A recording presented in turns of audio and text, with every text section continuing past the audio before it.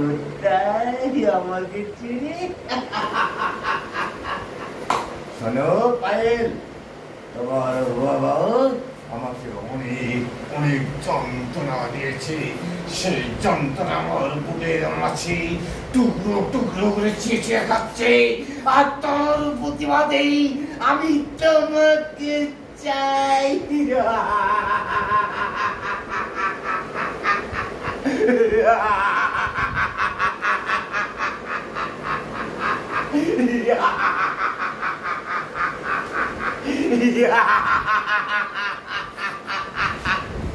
হয়েছে?